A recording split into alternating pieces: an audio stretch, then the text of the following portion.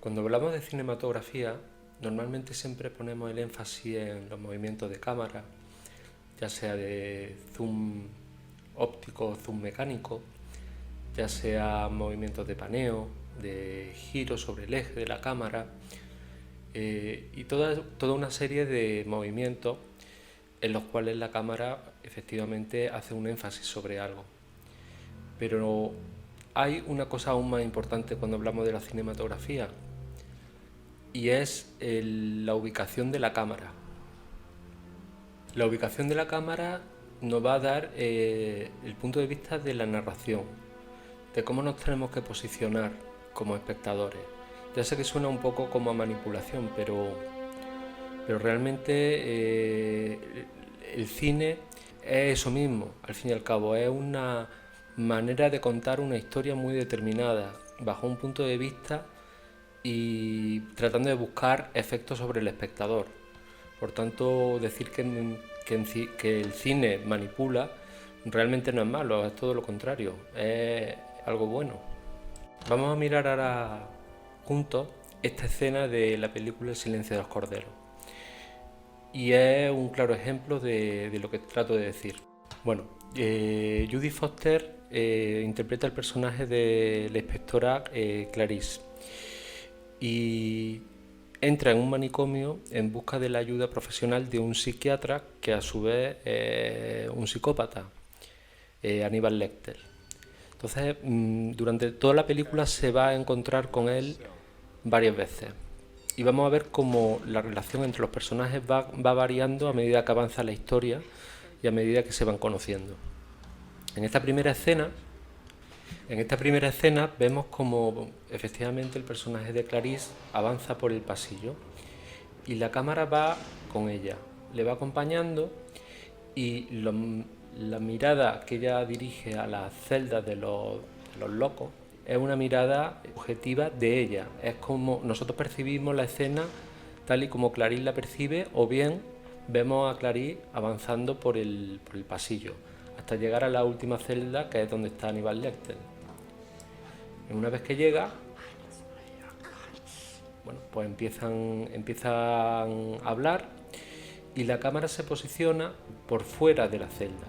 Lo que pasa es que efectivamente la cámara solamente está dentro de la celda para dar la contrarréplica al plano contra plano de la conversación.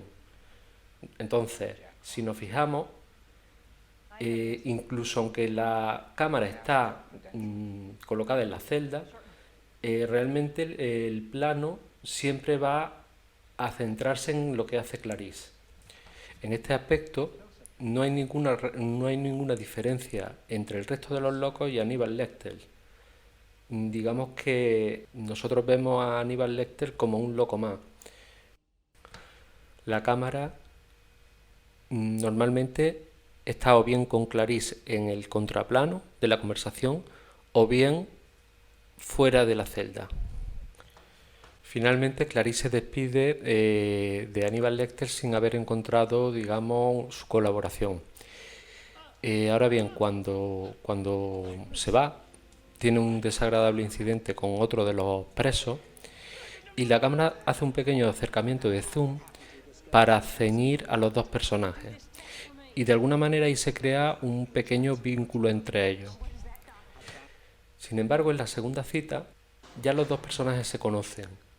Conocemos un poco más el personaje de Aníbal Lecter. Digamos que hay, por decirlo entre comillas, más confianza. Y ya de repente empiezan a aparecer planos desde dentro de la celda y viendo la escena como desde el punto de vista subjetivo de Aníbal Lecter.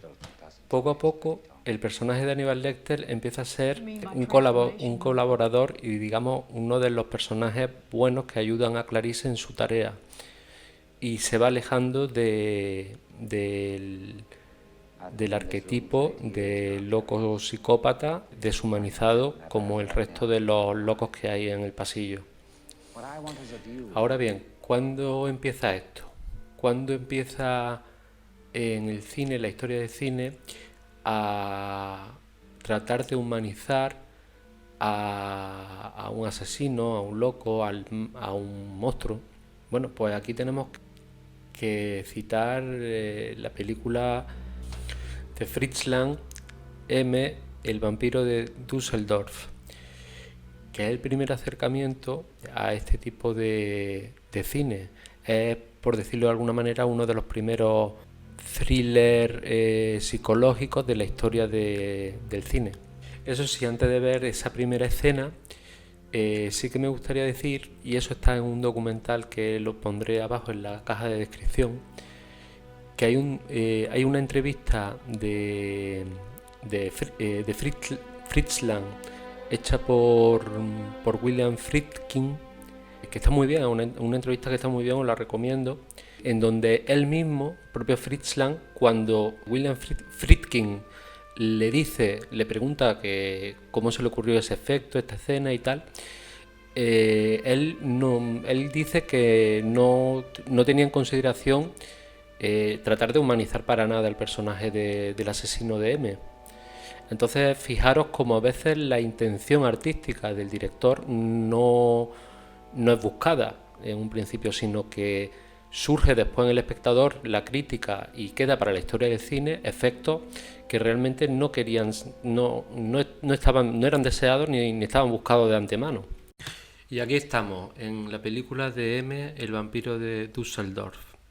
Desde el comienzo la figura del asesino aparece sugerida.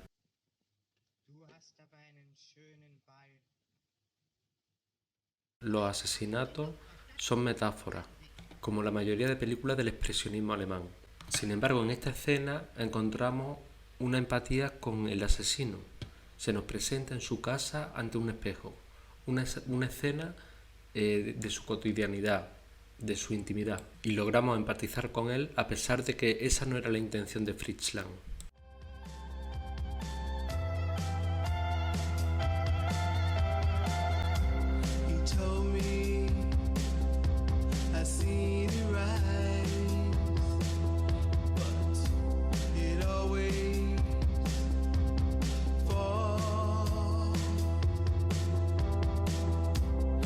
Entonces, ¿cómo ha cambiado la relación de la cámara con respecto al monstruo durante la historia del cine?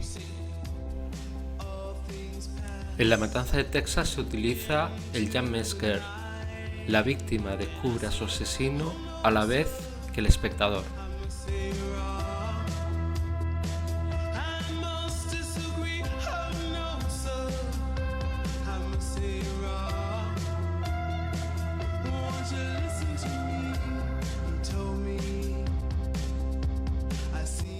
Hitchcock, para crear suspense, da más información al espectador que a la víctima.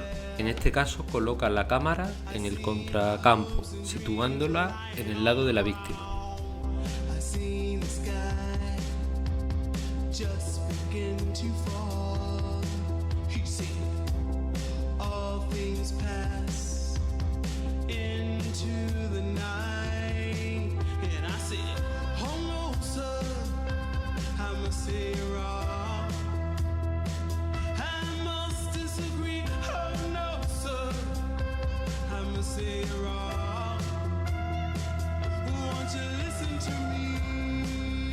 Carpenter también crea ese suspense con el juego del contracampo, pero en este caso nos pone al lado del asesino, de tal manera que se crea otro efecto igualmente inquietante pero distinto.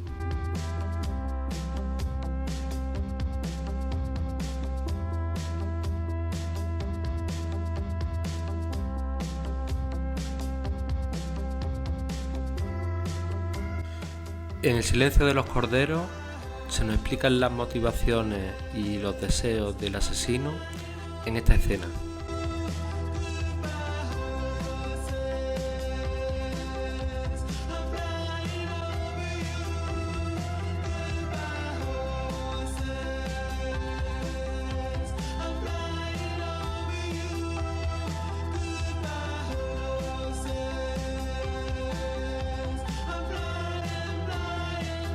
En la escena final de Seven, John Doe es el eje de toda la escena. Si nos fijamos, siempre se le filma en primer plano. Sin embargo, las tomas del detective interpretado por Brad Pitt son tomadas de manera agitada.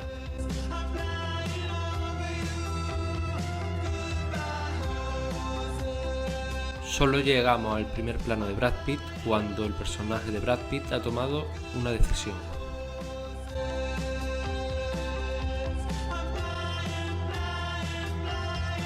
En Psicosis, Hitchcock nos muestra una rotura de la cuarta pared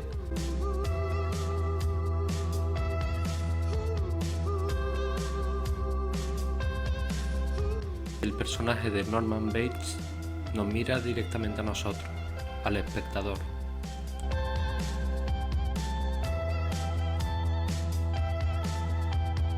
El espectador, víctima y cómplice. ¿Verdad, Paul?